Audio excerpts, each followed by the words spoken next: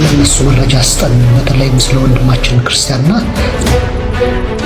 የደረጃ ለሰፊ እስር ተጋልጠው አሁን መሪ ነን ለምን አይመጡም? ኢትዮጵያን መምራት አይመጡም። ተጠንቀቁ፣ ገና እሳት ከሰማይ የሚወርድ ይመጣል። Stop dealing with UAE. UAE genocide more than millions of children. Stop genocide of Amhara people in Ethiopia, guys. UAE. አልቋል፣ እሳቱ ሄዷል ዘመኑ። እናቴ ልጅ አዳምጡ፣ ትምህርቱን ተለወጡበት። ብንሰርክም ባንሰርክም እንኳን ክርስቲያን ሆን መሬቴ እንኳን ኦርቶዶክስ ሆን። ሰላም ጤና ይስጥልን ውድ የቃል ሚዲያ ቤተሰቦች እንደምን ቆያችሁ? እግዚአብሔር ሰላም ከሁላችን ጋር ይሁን እያልን ወቅታዊና አዳዲስ መረጃዎችን ይዘን መጥተናል። ቪዲዮውን ከመጀመራችሁ በፊት ላይክ በማድረግ ጀምሩ። እንዲሁም ሐሳብ አስተያየታችሁን የኮሜንት ሴክሽን ላይ ያስቀምጡልን። ቀጥታ ወደ ቪዲዮ እናልፋለን። ሰብስክራይብ ለምንድን ነው የማታደርጉት? አሁን አድርጉ። ተጠንቀቁ፣ ገና እሳት ከሰማይ የሚወርድ ይመጣል። አልቋል፣ እሳቱ ሄዷል ዘመኑ። እናቴ ልጅ አዳምጡ፣ ትምህርቱን ተለወጡበት። አዳምጡ ኃይለ ቃሉን፣ አንብቡ ወንጌሉን። ተጠንቅቃችሁ ኑሩ። ባልሆነ መንገድ አትሄዱ፣ አብራችሁ እንዳትሄዱ። የመጨረሻዎቹ ምልክቶች ናቸው። የመጨረሻው ገና ነው ብሏል ብላችሁ እንዳትተኙ። ምን እየሰራን ያለ ነው? አሁን ምን እያደረግን ያለ ነው? እናቴ ልጅ ከታችህን ግፍ ስትሰራ ከላይ ደግሞ ለሰራኸው ግፍ እሳት ይዘንብብሃል ነው የሚለው። በሁለት እሳት መካከል ያጋያል። እንደ ጨከንክ ይጨክንብሃል፣ ጨካኝ ይልክብሃል። ተው ልብ ግዛ፣ አትጨክን። ኧረ ተያይዘን አንጥፋ። እናቴ ልጅ ተዉ፣ ተሰብሰቡ፣ ራሳችሁን ጠብቁ፣ ሥጋው ደግሞ ተቀበሉ፣ በሥርዓቱ ኑሩ። ተው፣ ደግ ሥራ ይሻላል። ተው እናቴ ልጅ ተው፣ እንመለስ። የሚመጣው መቅሰፍት ከዓይን ጥቅሻ የፈጠነ ነው። ራሴን የለም ወጋኝ የለም ቆረጠኝ የለም ጠብ በተኛበት ቅረት በቆመበት ድፈት በሄደበት ሳሎን ያለ መኝታ ቤት ያለ ሳሎን አይመጣም። ከዓይን ጥቅሻ የፈጠነ መቅሰፍት ይታዘዛል። ነፍስ አባት የሌላችሁ እግዚአብሔር ይሁናችሁ። ነፍስ አባት ኖሯችሁ ንስሐ ያልገባችሁ ሥጋው ደግሞ ያልተቀበላችሁ እግዚአብሔር ይሁናችሁ። እነሆ በዚያች በምጽአት ቀን ንስሐ ልግባ፣ የተጣላሁትን ልታረቅ፣ የበደልኩን ልሳል አይቻል። እሳት ገና ሰማይ የሚያወርድ በነፋስ አንዱ በአውሎ ነፋስ አንዱ በእሳት የሚነጠቁ ይመጣሉ። ምን ልትሆኑ ነው? በመርካቶ ዘይትና መቁጠሪያ እያሳበደ የሚጫወትባችሁ ያ ሲመጣ ምን ልትሆኑ? አርፋችሁ ተቀመጡ። እዚህ ቦታ የፈለቀ፣ እዚህ ቦታ ይሄ ሆነ፣ እዚህ ቦታ እንዲህ ተደረገ። አዎ ያደርጋል። እዚያ አርፈ ቁጭ። ይብላኝላችሁ ጉዞ የምታዘጋጁ ዕለተ እሑድ ገዳማት የምትሄዱ ሰዎች እውነት ለገዳሙ የምትሄዱ ከሆነ ዓርብ ግቡ፣ ቅዳሜ እሑድን አስቀድሱ፣ ዕጣኑን አሽትቱ፣ በካህናቱ ተባረኩ፣ ሰኞ ኪዳን አድርሳችሁ ውጡ። እሑድ ነግዶ ያተረፈ የለም።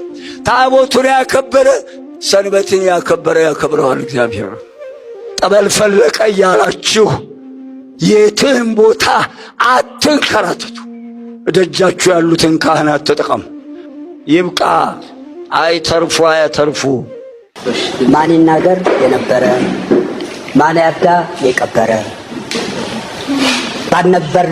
ባልነበሩበት በማያውቁት ታሪክ ዝባዝንኬ ቡትቶ ወሬ የሚያወሩ ብልጽግናዎች የመጨረሻ ጫፍ ላይ ስለደረሱ ብቻ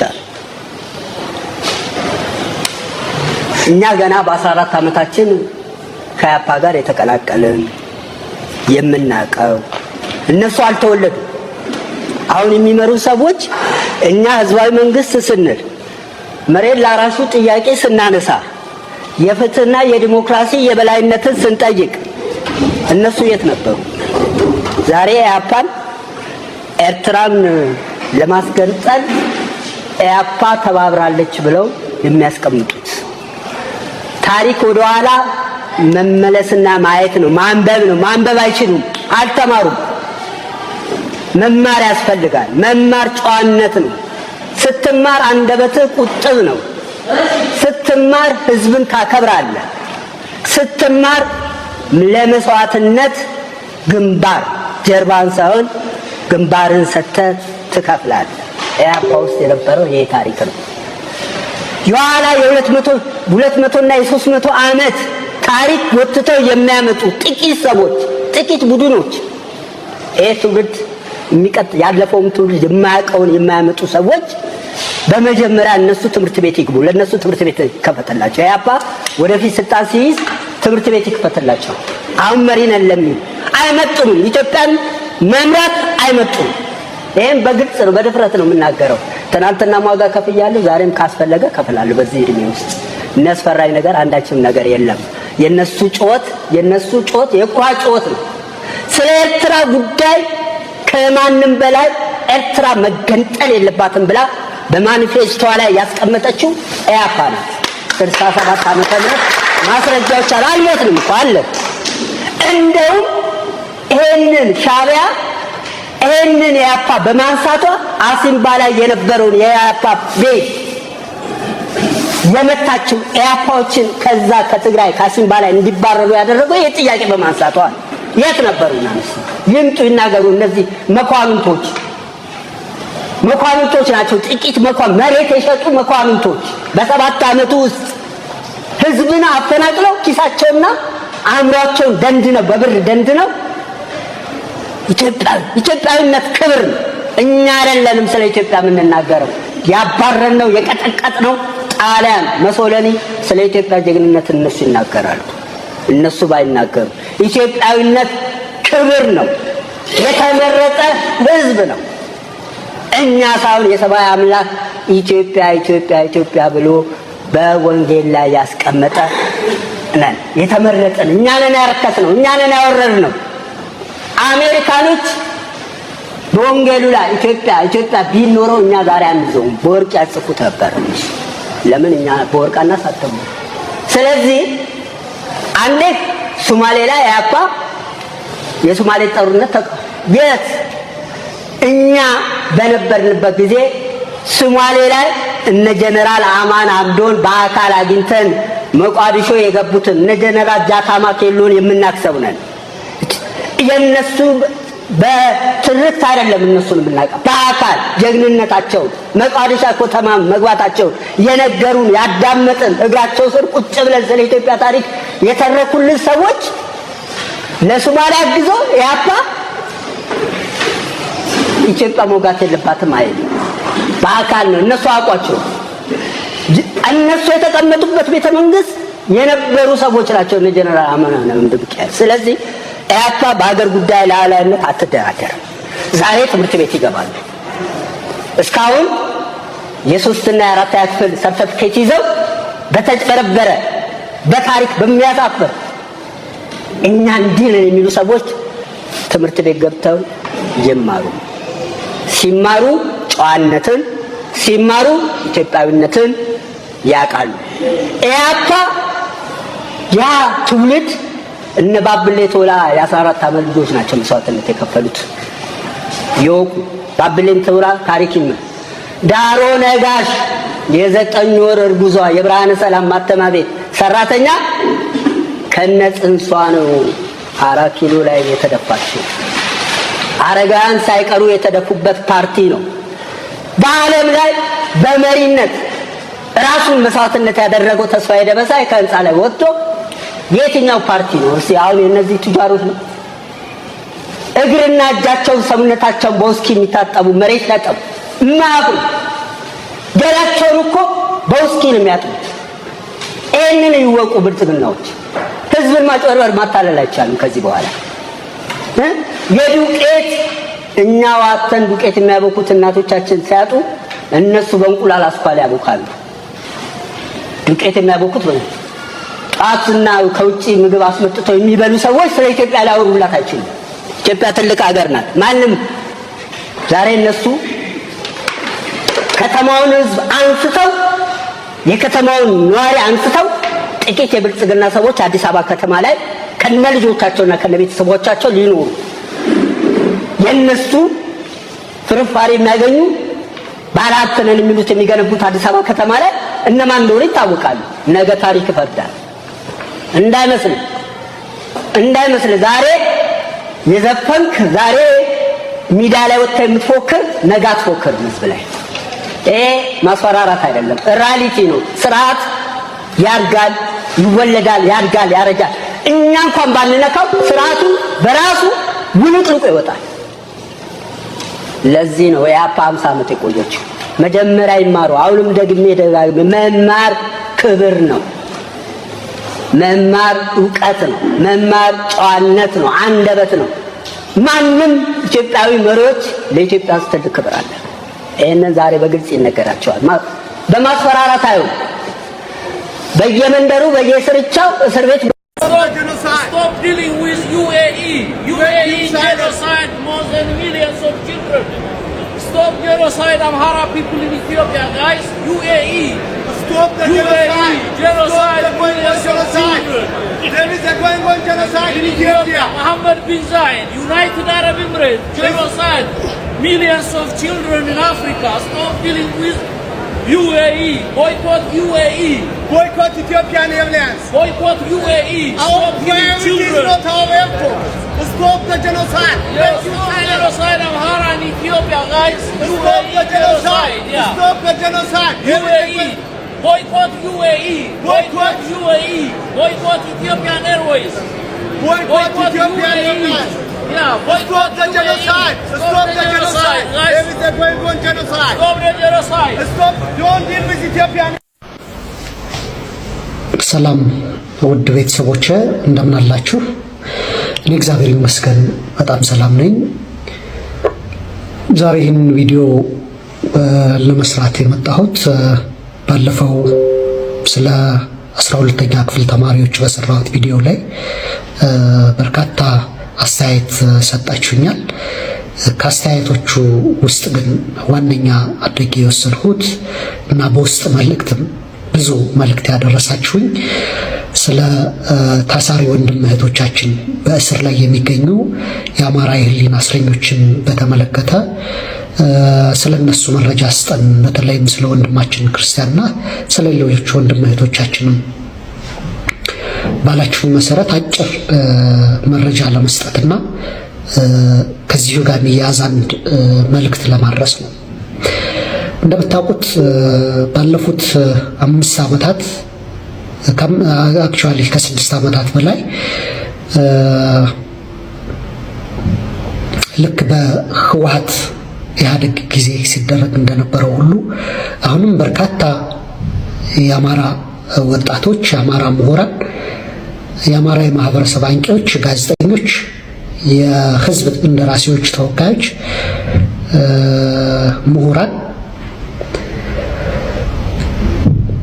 ማንነትን በለየ ደረጃ ለሰፊ እስር ተጋልጠው ይገኛሉ። ለጅምላ እስር የተጋለጡበት ሁኔታ ይገኛልና በዚህ 6 ዓመት ውስጥ አንደኛው ሲንጮህ የነበረ ነገር አማራዎች በማንነታቸው እየተለዩ የሚታሰሩበትን ሁኔታ መንግስት እንዲያቆምና የታሰሩ ሰዎችም በአስቸኳይ የፍርድ ሂደታቸው ታይቶ እንዲለቀቁ እሱን በተለያየ መንገድ አብዛኛው ኢትዮጵያዊና የአማራ ሕዝብ ሲጠይቀው የነበረ ጉዳይ ነው እና እነዚህ የህሊና እስረኞች አንዳንዶቹ ስም መዘርዘር ሁሉንም ስለማልችል ነው ትረዱኛላችሁ ያስባለሁ። አንዳንዶቹ ከ2 ዓመት በላይ ምንም አይነት ውሳኔ ሳያርፍባቸው ሳይፈረድባቸው ወደ ፍርድ ቤቶች እየተመላለሱ ወደ 2 ዓመት የሚሞላቸው ሰዎች አሉ። ጋዜጠኞች፣ ምሁራን በዛ ዘርፍ አሉ። ብዙዎቹ በነ ዶክተር ወንዶሰን የክስ መዝገብ ውስጥ የተከሰሱ ሰዎችን ማለት ነው። ብዙ ናቸው፣ መጥራት ስለማልችል ነው እያንዳንዱ። ሌላው ደግሞ ከአማራ ክልል ውስጥ ከተፈጠረው ችግር ጋር ተያይዞ በተለይ ካለፈው ከሐምሌ 2015 ዓመተ ምህረት ጀምሮ የታሰሩና በነ ዮሐንስ ሞያለውና ክርስቲያን ታደለ የክስ መዝገብ ስር የሚገኙ ወንድም እህቶቻችን አሉ ማለት ነው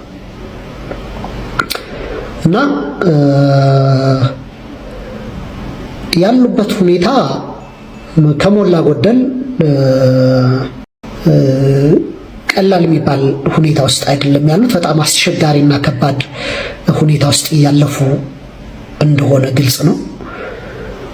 አንዳንዶቹ ከፍተኛ ለሆነ የጤና እክሎች ተጋልጠዋል። ከፍተኛ የሆኑ ሕክምናዎች ሁሉ እየተከታተሉ ያሉ እህት ወንድሞቻችን እንዳሉ መረጃው ይኖራቸዋል ብዬ አስባለሁ። ለከፍተኛ እንግልትና ስቃይ ተጋልጸዋል። ከነሱ ለከፍተኛ እንግልትና ስቃይ መጋለጥ ብዝሃነታችን፣ ማንነታችን፣ ባህላችን ተጨቁነው ቋንቋችን ሊጠፋ ነበረ። አንድ ሃይማኖት፣ አንድ ባህል፣ አንድ አማርኛ፣ አንድ ኦርቶዶክስ ብለው ነበረ ይላል። ይሄ ቀጣፊ ነው ብንል ኖሮ የት ይኖሩ ነበረ? እንዴት ያለ ነገር ነው! ቢኖሩ አይደል እንዴ የሚተርኩትና እንዲህ አይነቱን ቀጣፊ ውሸታም መርዝ መርታት አለበት እያንዳንዱ ነገር።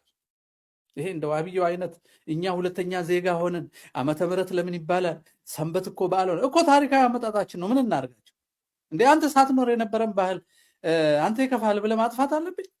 ምን ላድርግ? እንዴት ያለ በሽታ እኮ ነው። ታሪካዊ ሂደቱን ሁሉ ሆነ ብለህ በሴራ ያረከው ይመስል አንድ ቋንቋ እንዲሆን። ታዲያ አንድ ቋንቋ ያስፈልገናል። ዓለም እንኳን እንግሊዝኛ ይናገራል። አጠገባችን ያለው ጽሁፍ ያለው አንድ ቋንቋ ነው ያለው። ምን እናድርግ? ጽሁፍ የለህም።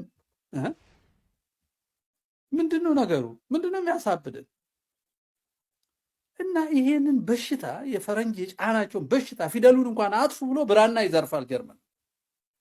ግን ቢመጥቶ ግን ጠላት ነው ይለዋል። ደግሞ የግዕዝን ስልጣኔ አጥፉ ይለዋል። የትግሬና አማራ ነው ይለዋል። ይሄን ተከትሎ የሚኖግድ የታሪክ ማዕከል ስንለው ነፃ ልውጣ ብሎ ደግሞ ሐሰት ተርቆ ሰው የሚያርድ ግራ እኮ ነው የገባን ወዳጄ። እና እንዳንዴ ያናድድና እኮ ግራ እና ይሄ ግራ መጋባት አስለቅቀን ሀገራችንን መልሰ መውሰድ የኛ ፈንታ ነው። ለቅሶ ማቆም፣ ግራ መጋባት ማቆም አለብን። ሀገራችንን የገዛ ወንድሞቻችን ለጠላቶቻችን ተልከው አፍርሰዋል። ነባሩን ነገር ሁሉ ጠላት አድርገዋል። በተለይ ኢትዮጵያን ኦርቶዶክስ ተዋሕዶ ቤተክርስቲያን የዘር ማጥፋት ፕሮጀክት ዘርግተው እየሄዱበት ነው። ሰው ይሄን መንቃት ያለበት። በመግለጫና ይስተካከላል እያሉ እያዘናጉ 8 ዓመት ማሳረዱን ማቆም አለባቸው። አባቶችም ሼኪዎች ልነበረ እነሱ የአሁኖቹ ኡስታዞች ዋብያዎቹ ሆነ ብለው ነው ጂሃድ እያደረጉ ነው። እነሱ ማዘናጋቱን ይወዱታል። ግን የኛዎቹ ጉዶች ማዘናጋት ነው የሚገርመው። አሁን እነሱ ማወቀስ ትተን ራሳችን ምን እናድርግ የሚለው ላይ ብናተኩር መልካም ይመስለኛል። ፍኖተ